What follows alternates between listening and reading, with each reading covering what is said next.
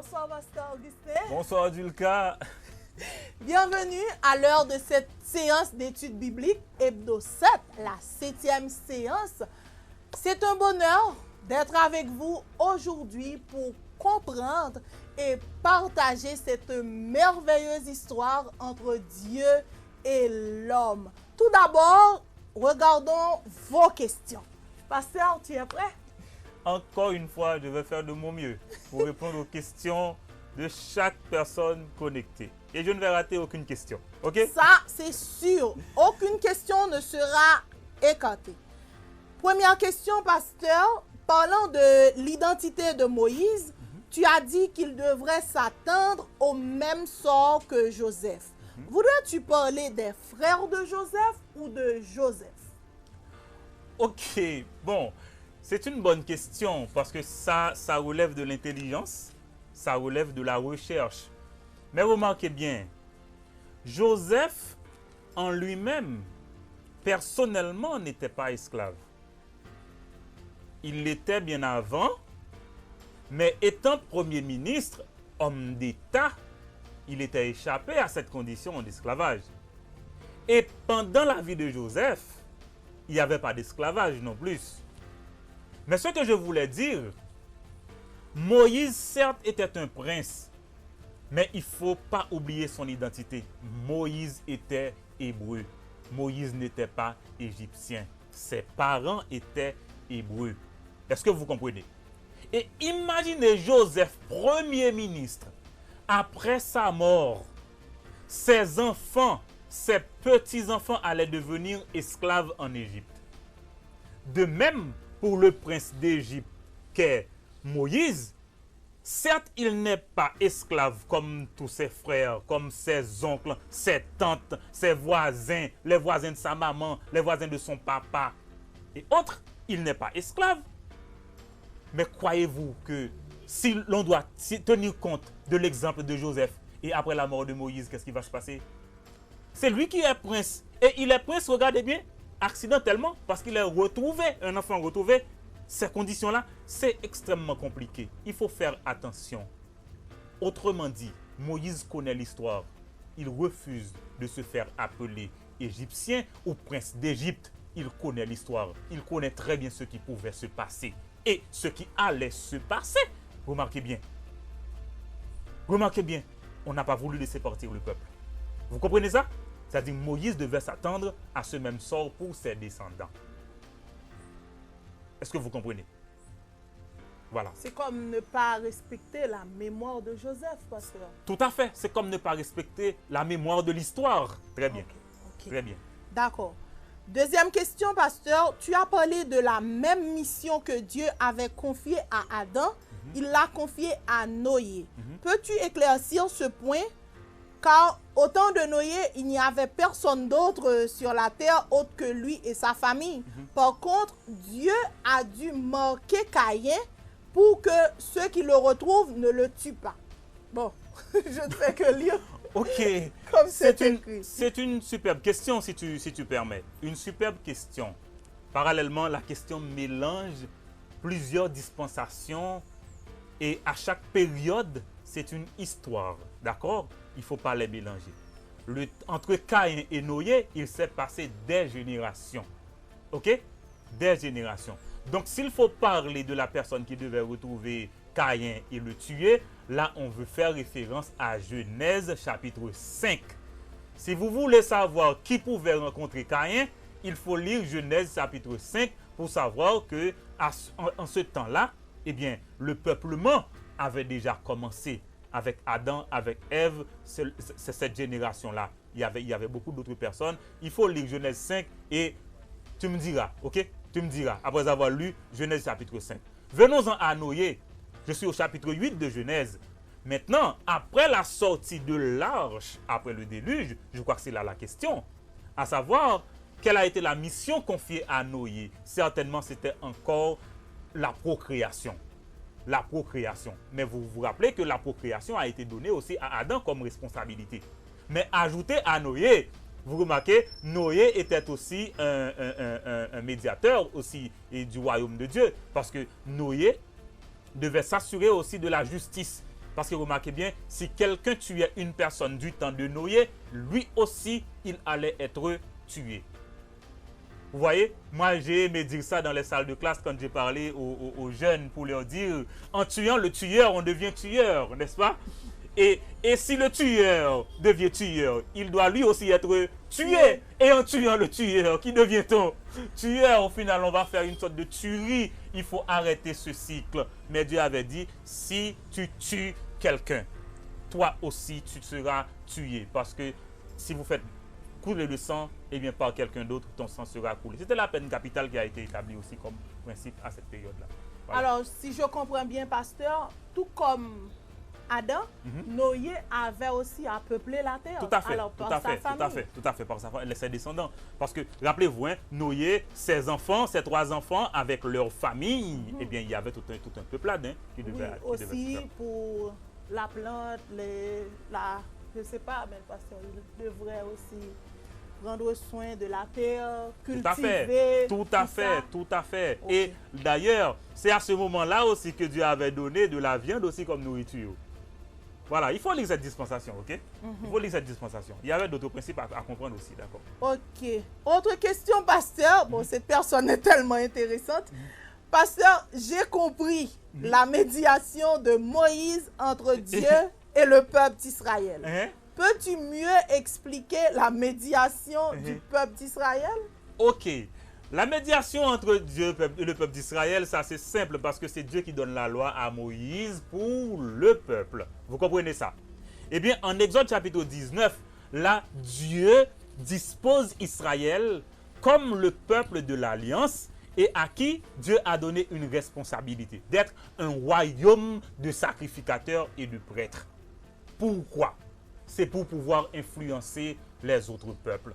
Rappelez-vous ce que Dieu avait dit à Moïse. Il dit à Moïse, dis au peuple d'Israël, j'ai fait choix de ce peuple, mais j'ai beaucoup d'autres peuples sur la terre.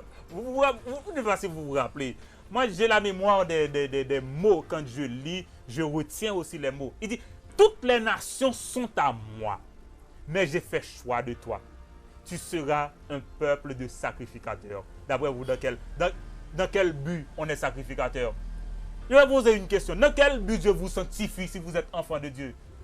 C'est pour que vous soyez un modèle pour les autres, pour attirer les autres à lui. Vous comprenez? Bon, oui, pasteur, nous avons le temps qui est compté. Pasteur, tu l'as dit, mais je veux que tu le répètes. Quand Dieu veut sauver un peuple, il prend siège au milieu du peuple.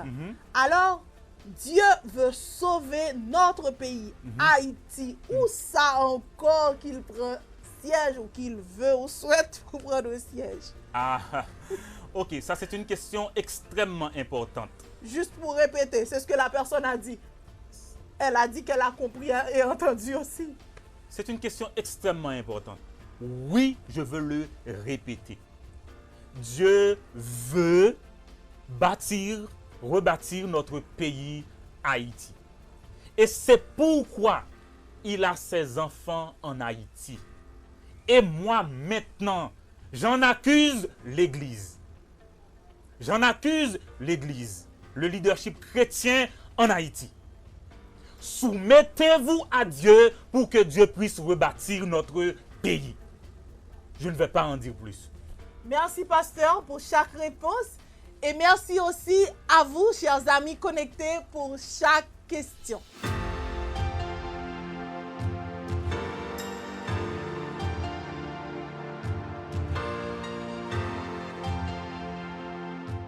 Aujourd'hui, nous allons voir la conquête. Waouh, la conquête. Soyez attentifs, c'est le moment. Pasteur, vas-y. Merci encore, Dulka. Je ne sais pas comment te remercier, mais Dieu a bien fait, n'est-ce pas, de te placer comme véritable aide. Dieu l'a si bien dit, et c'est effectivement le cas. Je prie que le Seigneur t'accorde une bénédiction ajoutée. Tu fais bien le travail aux côtés de celui que Dieu a mis sur ton chemin. Voilà, la conquête hebdo 7, c'est pour dire, Camille, on a déjà fait une très bonne partie de la route. On a compris ensemble. Et maintenant, on est à la conquête hebdo 7. Qu'est-ce que je veux te dire à travers hebdo 7? Écoute bien. Dieu a déjà remporté le combat en ta faveur. Mais il veut que tu engages la conquête sous sa direction. Ne recule pas. C'est extrêmement important. Le combat, Dieu l'a déjà gagné. Mais toi, tu dois engager la conquête. Tu ne peux pas rester les bras croisés. Dieu donne, tu dois prendre. Dieu donne, tu dois prendre. Je me demande où sont les Haïtiens? Où sommes-nous pour prendre les bénédictions que Dieu donne? Voilà. Et voilà le plan que nous allons suivre. C'est un plan encore simple. Nous allons introduire, nous allons lire une portion d'écriture du Nouveau Testament, prier, voir l'arrière-plan du livre de Josué en Deutéronome, juste avant de voir la place du livre de Josué, son actualité aussi, et on va voir une petite conclusion pour terminer. Amis, je renouvelle mes salutations chaleureuses à vous tous qui suivez cette nouvelle séance d'Hebdo 66. On est à Hebdo 7. Vraiment, nous sommes en train de progresser dans cette quête sur l'histoire de Dieu et l'homme. Je ne cesserai de prier pour vous. Que Dieu se révèle continuellement à vous en vue de votre transformation et votre croissance à tous égards. Rappelez-vous, dans notre dernière séance, nous avons découvert le choix que le peuple d'Israël, la génération du désert, devait faire. Choisir l'Éternel et lui obéir pour vivre heureux et réussir à tous les niveaux, notamment vivre heureux dans la terre promise. Dans cette séance Hebdo 7, nous allons voir la conquête pour attirer votre attention sur le fait que Dieu a déjà remporté la victoire. En notre faveur certainement. Maintenant, il nous revient d'engager la conquête sous sa direction et sans reculer. Nous allons lire la parole de Dieu maintenant en Hébreux chapitre 4, juste avant de prier. Hébreux chapitre 4, il a dit, « Mais Dieu nous l'a promis, nous entrerons dans son repos, et cette promesse est toujours valable. Alors, attention, personne parmi vous ne doit penser qu'il arrive trop tard. On nous a annoncé la bonne nouvelle comme à nos ancêtres, mais les paroles qu'ils ont entendues ne leur a servi à rien. Quand ils l'ont entendue, ils ne l'ont pas reçue en croyant en elle. Nous avons cru. Nous pouvons donc entrer dans le repos de Dieu. » Parole du Seigneur. Prions ensemble. Tendre Père, je te rends grâce pour ton omnipotence et pour l'excellence de ta parole. Je bénis ton nom pour ta révélation et les dons parfaits que tu accordes à tes enfants. Je glorifie ton nom pour l'influence de l'Évangile dans le monde et en Haïti. Je te remercie pour le travail du Saint-Esprit dans notre vie. Je chante pour toi qui as conquis ma vie et me prépare à influencer des vies pour toi. Au nom de Jésus, je te prie de faire de moi un témoin digne de porter ton nom. Je prie pour chaque personne que tu connectes à ce service. Révèle-toi à chacune d'elles. Père, suscite compréhension de ta parole, adhésion, ardeur, engagement, zèle, et que le peuple haïtien réalise la conquête qu'ils doivent faire de leur pays en comptant sur toi. Au nom de Jésus, Amen, Amen et Amen. Quel est l'arrière-plan du livre de Josué? De toute la génération d'Égypte, rappelez-vous, seuls Caleb et Josué vont accompagner la génération du désert dans la terre promise. Moïse répète la loi à la nouvelle génération dans le livre de Deutéronome. Mais j'ai une question pour vous. En quoi ressemblons-nous au peuple du désert? Dieu peut tout, indépendamment de notre foi en lui. Cependant, amis, pour voir la gloire de Dieu se manifester dans notre vie, dans la vie de notre famille, dans la vie de notre communauté, dans la vie de notre pays, pour voir la gloire de Dieu se manifester en notre faveur, nous devons lui faire confiance.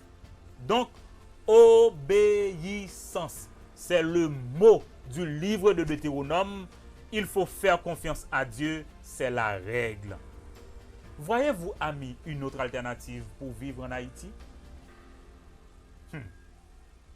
Rappelez-vous, quand Dieu avait appelé Abraham, il lui a fait une promesse de faire de lui une grande nation et de lui donner un pays. Jacob et sa famille en Égypte pour survivre de la famine de Canaan. Quand Dieu a appelé Abraham, il lui a fait la promesse de lui donner un pays et de faire de lui une grande nation, à ses descendants certainement. Et remarquez bien Jacob et sa famille en Égypte pour survivre de la famine de Canaan. Et imaginez l'esclavage en Égypte. Dieu devait délivrer son peuple à main forte et à bras étendus. Et maintenant, dans le désert, maintenant Moïse passe la succession à Josué. Mais remarquez bien, amis, Dieu tient sa promesse. Le peuple doit obéir pour jouir des bénédictions. 40 ans plus tôt, dans Nombre 14, rappelez-vous, Josué avait proposé d'entrer en Canaan. Mais le peuple a failli le lapider. Regardez ce que Dieu fait. Dieu revient à la charge avec Josué pour entrer en Canaan. Vous êtes là? Maintenant, un mot sur Josué. Remarquez bien. Josué était parmi les 12 espions dépêchés par Moïse pour parcourir et évaluer Canaan et dont le rapport avait témoigné le courage, la foi en la promesse de Dieu et sa détermination à s'emparer par la conquête de la terre promise. Ça, c'était Josué. C'est lui. Vous ne pouvez pas le changer. OK? Voilà qu'il est désigné comme le successeur de Moïse, comme chef militaire et spirituel après Moïse. Imaginez, c'est lui le guide maintenant pour le peuple. Rapidement, le nom Josué signifie quoi, amis? L'Éternel sauve. Caleb et Josué, les seuls de la génération d'Égypte, à entrer en Canaan pour accompagner la génération du désert.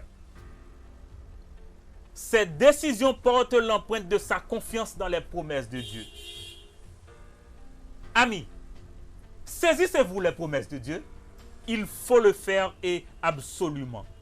Les consignes de Dieu, les consignes de Moïse à Josué, qui devient le héros du livre de Josué, désigné comme le successeur de Moïse, Josué devient chef militaire et spirituel après Moïse, le nouveau guide du peuple. Le nom Josué signifie quoi, amis? L'Éternel sauve.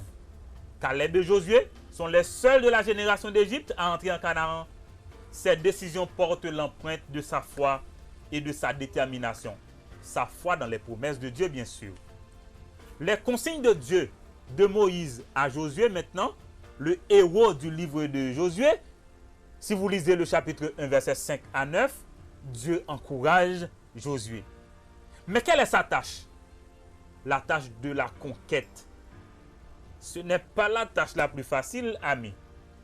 Comment conquérir un pays aux villes fortifiées? N'ayant pas à sa disposition une armée professionnelle dont la taille dépasserait la normale, comme l'armée qui se trouve en Canaan. En Deutéronome 32, verset 30, la parole de Dieu a encouragé Moïse en ce sens.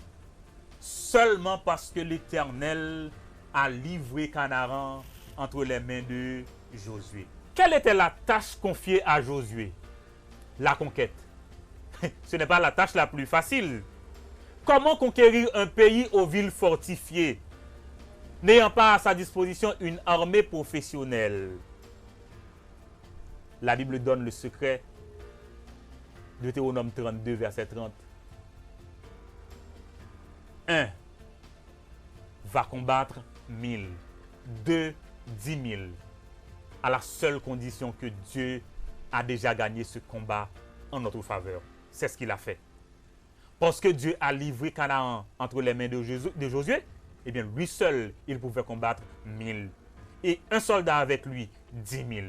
Vous voyez comme la croissance est exponentielle? C'est extraordinaire. Mais la simple et bonne raison, c'est que Dieu était avec lui. Après Jéricho, Haï, les régions du centre, le nord, le sud, malgré tout, la conquête ne fut pas totale. La conquête, ce n'est pas la tâche la plus facile. Mais avec Dieu, la parole de Dieu dit, nous ferons quoi? Des exploits. Et c'est lui qui écrasera nos ennemis. Il faut le croire. Et amis, il faut répéter ces paroles souvent pour que ça puisse s'incarner dans notre tête comme enfant de Dieu. Dieu a déjà gagné le combat. Sa parole a déjà vaincu l'ennemi. Nous pouvons assurer la conquête maintenant. Voilà. Maintenant, le livre de Josué. Le premier livre historique dans la Bible, n'est-ce pas? Dans l'Ancien Testament. Il fait le récit historique de l'accomplissement de la promesse divine. Quelle était cette promesse divine? De donner un pays au peuple d'Israël, aux descendants légitimes d'Abraham. Eh bien, le livre de la conquête, c'est Josué. Et le champ de bataille, c'est où? C'est Canaan. L'héritage d'Israël, l'héritage divin d'Israël. Ce n'est pas l'héritage humain, mais l'héritage divin. Parce que l'héritage est divin, l'héritage devient réel. C'est très important. Maintenant, le livre de Josué va compléter le Pentateuque. Comment? C'est parce que, remarquez bien, le livre de Josué va accomplir ce que le livre de Deutéronome, d'Exode, de Lévitique avait planifié. Vous êtes là avec moi? C'est Josué qui prend la relève après Moïse pour engager la conquête, suivant les paroles de Dieu à Moïse et les directives que Dieu allait donner à Josué sur le terrain. Maintenant, progressivement, Dieu donne le pays à son peuple et partage les terres entre les tribus d'Israël. Ce qui nous montre comment Dieu accomplit sa promesse. Quelle promesse? La promesse faite à Abraham. Il conduit jusqu'à l'installation du peuple dans le pays promis. C'est important. Maintenant, regardons le plan simple du livre de Josué. D'abord, la conquête partielle du pays. Le partage du pays ensuite et les derniers événements de la vie de Josué. Regardons la conquête partielle. On va voir ça à partir du chapitre 11. L'entrée dans la terre promise. Dieu parle à Josué. Josué parle au peuple. N'est-ce pas? Et Josué mobilise l'armée. Il envoie des espions. C'est très important. C'est très important. Et ce que j'aime, remarquez bien, Rahab. On devait traverser le Jourdain. Mais avant, il fallait que les espions visitent une nouvelle fois le pays promis. Et pour cette visite, les espions allaient faire la rencontre d'une femme du nom de Rahab. Nous verrons plus tard que Dieu a changé le destin de Rahab. Au point que Rahab est devenu un ancêtre de Jésus-Christ, un ancêtre de David. Amis, Dieu a un sens extraordinaire de grâce, n'est-ce pas? Vous voyez, Haïti, faisons confiance à Dieu. S'il l'a fait avec Rahab, il peut le faire aussi avec nous en Haïti. Il est le même, n'est-ce pas? N'est-ce pas ce que nous disons? Il est le même hier, aujourd'hui et éternellement. N'est-ce pas? Rahab, waouh, c'est extraordinaire. Et maintenant, la traversée du Jourdain. Josué l'avait dit au peuple, dès le chapitre 1er, dans 3 jours, nous allons traverser le Jourdain. La conquête partielle du pays. Nous pouvons regarder ça en Josué, chapitre 11 et 12. Mais il y a tout un préalable, non? Si l'on peut bien regarder. D'abord, l'entrée dans la terre promise. L'Éternel parle à Josué. Josué parle au peuple au chapitre 1er. La mobilisation de l'armée. Josué envoie des espions. Rahab, les espions allaient rencontrer. Et c'est extraordinaire. Avant de traverser le Jourdain. Rahab. Dieu a changé son destin. Rahab est devenu l'ancêtre de Jésus, l'ancêtre de David. Il a sauvé la vie des espions parce qu'il a cru. On peut dire de Rahab qu'elle était traître. Mais Rahab avait la foi. C'est ce qui a sauvé la vie de Rahab et aussi la vie de sa famille. Maintenant, la traversée du Jourdain. J'aime Josué, il est un homme d'action. Dès que Dieu lui parle et lui dit, Josué, c'est toi, en avant. Josué annonce au peuple, dans 3 jours, on traverse le Jourdain. C'est important. Et remarquez bien ce qui va se passer. On va effectivement traverser le Jourdain. Et pour avoir la mémoire, encore la mémoire, Josué a fait prendre des pierres dans le Jourdain. Le Jourdain en crue, la traversée du Jourdain. Remarquez bien. Pour preuve, Josué a fait prendre des pierres dans le Jourdain. Parce que le Jourdain était en crue. Personne ne pouvait le traverser. Et personne ne l'a traversé en crue. Et voilà que Dieu a donné l'ordre de traverser le Jourdain. Vous vous rappelez la mer Rouge? C'est ça pour nous comprendre. Non? Si bon Dieu fait la mer Rouge, il a fait l'autre bagaille. Et c'est ça, ils vont traverser le Jourdain. Maintenant, la conquête va commencer. Mais il y a une chose importante qu'il faut souligner. Josué face au chef de l'armée de l'Éternel. En Josué chapitre 5, il est parlé de cette histoire quand Josué a rencontré l'ange de l'Éternel. Ah oui? La question, quand Josué a regardé, il a dit, qui es-tu? Es-tu avec nous? Vous imaginez? L'ange de dire à Josué, ôte tes sandales. Ôte tes sandales. Et aussitôt, Josué s'est conformé parce qu'il sait maintenant qu'il a affaire au chef de l'armée de l'Éternel. Et c'est ce qu'il a fait pour se soumettre. Vous comprenez ça veut dire, mes amis? Bataille là, Josué son grand héros, mais ce n'est pas lui qui a fait bataille là. Bon Dieu voyait l'ange là. On le m'a dit qui est l'ange là, attendez? On le m'a dit qui est l'ange là, c'est lui le chef de l'armée de l'Éternel. Ah! Amis, bien pour nous apprendre dans la parole, bon Dieu. Et ça va continuer. Dès que Josué rencontre le chef de l'armée, ça va se poursuivre. On peut prendre Jéricho facilement. Lisez le chapitre 6 de Josué, vous remarquez facilement la prise de Jéricho. Ensuite, la prise de Haï. Mais un problème s'est posé. À quand le mal qui fait mal à soi, qui fait mal aux autres, qui fait mal à tout un peuple et qui fait mal à tous? À quand? Eh bien, dans la prise d'Haï, une ville qui s'appelle Haï, à cause du péché d'Acan, eh bien, le peuple a connu une défaite. Mais Dieu est grâce. Le mal est ôté du milieu du peuple de Dieu et la victoire, on a recommencé à renouer avec la victoire. Au chapitre 9, la campagne au centre et au sud. Au chapitre 11, la campagne du nord. Au chapitre 12, on a fait une évaluation du travail déjà fait. Mais ça va continuer. Si on a conquis le pays, il faut installer maintenant les tribus. Et l'installation a commencé à partir du chapitre 13. Ruben, Gad, Manassé, au chapitre 13. Ces tribus-là trouvent leur territoire. Un territoire attribué à Caleb au chapitre 14. Moi, j'ai aimé la manière dont Caleb a réclamé ce coin de terre. Caleb dit à Josué, donne-moi cette partie de la montagne. Caleb avait 85 ans. Josué dit, tu es sûr que tu vas pouvoir conquérir cette zone-là? Caleb dit, oh, moi-même Caleb, je n'ai pas de défi pour moi, non? Depuis l'Éternel, je vais le prendre tout de suite. On va imaginer. Et c'est ce qu'il a fait. J'aime Caleb. Au chapitre 15, le territoire attribué à Juda. Territoire attribué à Manassé et à Ephraïm. Les autres tribus, chapitre 19, chapitre 18. Chapitre 20, les villes de refuge. Chapitre 21, les villes lévitiques. Les tribus de l'est du Jourdain au chapitre 22. Donc, on ça me comprendre là.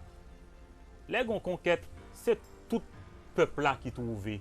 Contrairement à ça que fait en Haïti. Mais bon Dieu là. Bon Dieu là, amis. Bon Dieu là. Bon Dieu qui a fait bagaille yo. Il n'y a pas besoin de reprendre tes moun. Ok? Mais par la foi et l'obéissance à la parole de Dieu, Dieu peut nous donner de reconquérir notre pays. Et c'est important. C'est important. Hein? Et à partir du chapitre 23, on va réaliser que Josué allait laisser la terre promise. Il devait faire des discours d'adieu. Et il devait aussi mourir à l'âge de 110 ans. Nous allons finir, les amis, pour me poser une question. Qui ça pour nous retenir des livres de Josué? Du livre de Josué. Ok, on va répondre ça. Nous allons finir? Nous allons finir, les amis. Mais question m'a posée d'abord. Qui ça pour nous retenir du livre de Josué? Parce que c'est un livre qui est tellement important. Si vous lisez, vous allez prendre compte que tout namou a bataille. Tout namou a bataille pour que vous allez conquérir ça, mon Dieu, barreau. D'abord, Dieu tient ses promesses. C'est très important. Dieu tient ses promesses. Dieu a promis, Dieu a donné. Ça, c'est le premier principe pour retenir. Ou qu'à faire confiance à bon Dieu, ça, il kembe promesses. Numéro 2. Josué est l'accomplissement de Deutéronome. En Deutéronome, Moïse planifie. En Josué, n'est-ce pas, Josué accomplit. Encore, hein, n'est-ce pas, sous l'obéissance de Dieu. Numéro 3. Il est de la volonté de Dieu que le peuple possède Canaan. Mais le peuple a hésité. Son problème, oui. Bon Dieu baille. Mais il faut que nous prenions. Mais regardez ensemble, amis, la générosité de Dieu envers son peuple. Malgré le peuple a désobéi, bon Dieu baille quand même. Il est fidèle à ses promesses. La démonstration de la toute-puissance de Dieu. Oui, la conquête de Canaan. Vous songez comment on voit Jéricho? En faisant le tour de la ville et en chantant. Zamim. Nos chants à Dieu, même dans les moments difficiles, bon Dieu a refait Jéricho. Refait tomber muraille ça pour petit lit. Maintenant, quel est l'objectif du peuple? Que doit faire le peuple? L'obéissance, la foi, le non-conformisme et aussi la persévérance. Mais ça, on l'autre principe que nous devons apprendre encore. Peuple a approprié l'histoire. J'aime ça. Haïtiens nous refusent d'approprier nos histoires. Histoire nous, c'est histoire nous. Et nous pas gain de.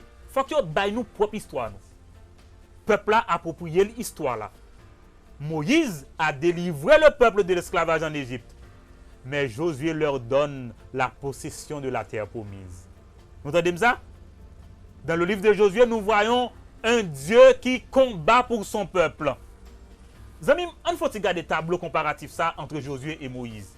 D'abord, le regard de Moïse qui sort, ouais, anticipation. Moïse traverse la mer Rouge avec le peuple. La sortie de l'Égypte. La vision de la loi en grand législateur. Moïse établit l'héritage.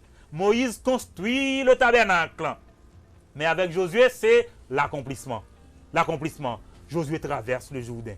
Josué conduit Israël à la bénédiction. Josué fait entrer Israël dans une vie de foi. Josué aide Israël à entrer en possession de la terre promise. Josué, c'est l'accomplissement. Mais c'est même mon Dieu. Mais c'est même bon Dieu.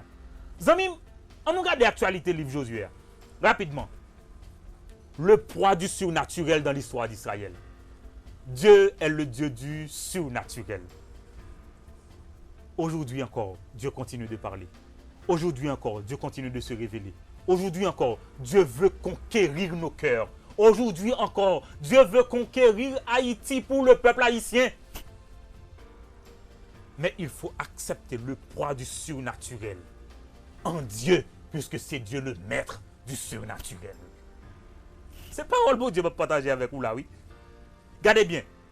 On a l'autre actualité encore. Les succès et les échecs y sont consignés. Tout est là dans le livre. C'est pour ça, bon Dieu pas caché péché personne. Bon Dieu pas oublié. Il pas caché péché personne. Et c'est ça que je dans bon Dieu. Si vous faites faute, la dit oui, vous faites faute. La pardonner ou tout. Mais il pas dit oh, vous pas fait rien ou bien le cacher ça pour vous. Jean-Pierre mon a caché pour l'autre monde là. On l'autre actualité. Josué est un modèle de foi, un modèle de courage, de détermination à imiter. Sa première prise de parole démontre sa foi et sa détermination. Regardez bien. Bon Dieu finit parler avec lui. Josué 1, verset 11. Josué passe l'ordre tout de suite du peuple là. Préparez-nous. Dans 3 jours, nous avons traversé Jourdain. C'est Josué. Mais on promesse. Dieu promet de ne jamais délaisser son peuple. Ceux qui lui appartiennent. C'est important. On regarde quelques expressions dans le livre là. Pose ton pied. Prends possession. Agis. Prends l'épée. Prépare-toi pour une vie intense. Pose ton pied. Bon Dieu dit pour poser pied sous lit, bon Dieu, bah roule. Pourquoi faire expérience là tout, oui? Par la foi. Par la foi. Prends possession. Agis. Prends l'épée. Vous connaissez l'épée, c'est quelle est l'épée? La parole de Dieu. Prends la parole de Dieu au mot. Et puis, préparez-vous pour la vie abondante. Préparez-vous pour la percée. C'est ce que nous apprenons dans le livre de Josué. En conclusion, amis, Dieu ne laisse jamais son œuvre inachevée. Ce qu'il a commencé, qu'est-ce qu'il va faire? Il va l'accomplir, il va l'achever. Et Dieu fait choix de vous comme serviteurs, capitaine de son armée, pour une conquête spirituelle. Soyez prêts comme Josué pour conduire notre nation à la conquête de la terre promise. Le grand miracle est possible. La génération du désert. Levez-vous. Dieu va diriger les opérations. Mais nous devons mettre la main à la pâte. Et remarquez bien, amis, lorsque bon Dieu confie une mission, la soutenir nous par présence li, c'est ça que nous dit nous. La soutenir li par présence li.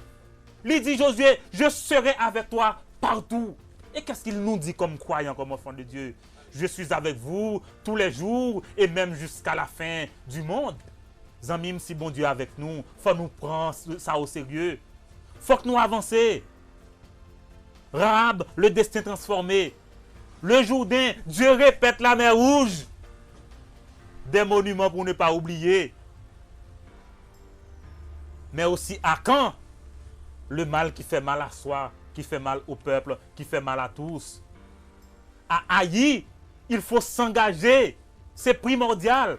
Dieu nous donne le pays, nous devons le prendre. Bon, pour qui ça nous peut prendre pays nous? Hein? Nous d'accord pour nous céder tout territoire là à l'autre monde non. Pour qui est ce pays aille? Bon Dieu va nous déjà. Mais il y a un principe, Gabaon. C'est une exception. Parole donnée, parole tenue.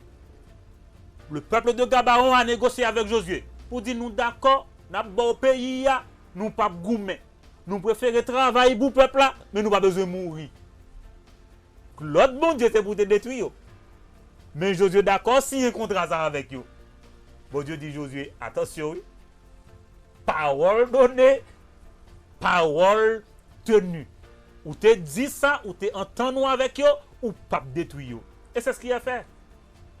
Et on le principe, amis, Dieu est le maître de l'univers qu'il a créé.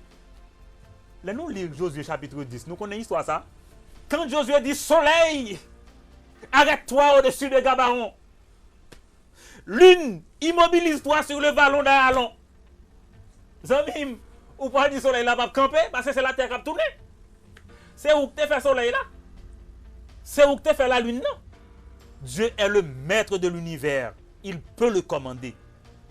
Et remarquez bien, Zamim, m'a parlé avec un haïtien, chef. Josué conquit le pays et le partage entre les tribus. C'est important. Mais en principe, amis, le pays premier est donné, mais pas totalement reçu. Est-ce que ça qu'on arrive au côté bon Dieu, baron bagaille pour pas dire merci en pile pour tout prendre? Ça peut arriver nous tout le temps, oui. Bon Dieu, baille au canard, mais il ne pas prendre totalement. Mais regardez bien, à chacun sa part. À chacun sa part. Parce que c'est Dieu qui fait le partage. Quand c'est Dieu qui fait le partage, à chacun sa part. Et Caleb encore est remarquable. Et l'autre principe, amis, n'a terminé, non à la vendetta. Josué chapitre 20. Question vengeance, les amis, c'est pas non ça mieux du tout. Josué chapitre 20. Les villes de refuge. Si vous avez un problème, on ne pose problème non. Il y a une autorité qui doit être là pour gérer ça. Mais question dit oui, yo te tout frère, moi même tout, m'a ceci, m'a cela. Non. Vous voyez depuis quand Dieu a éliminé la loi de la jungle? Non à la vendetta. Non à la vendetta. OK? Et Josué chapitre 24, je vais terminer. Ma famille et moi, nous servirons l'Éternel. Ma famille et moi, nous servirons l'Éternel. Et c'est ça, oui, qu'il faut aller de communion. Ma famille et moi, nous servirons l'Éternel. Zami m'pablier, c'est Dieu le personnage central de l'histoire. Suivons-le. Merci.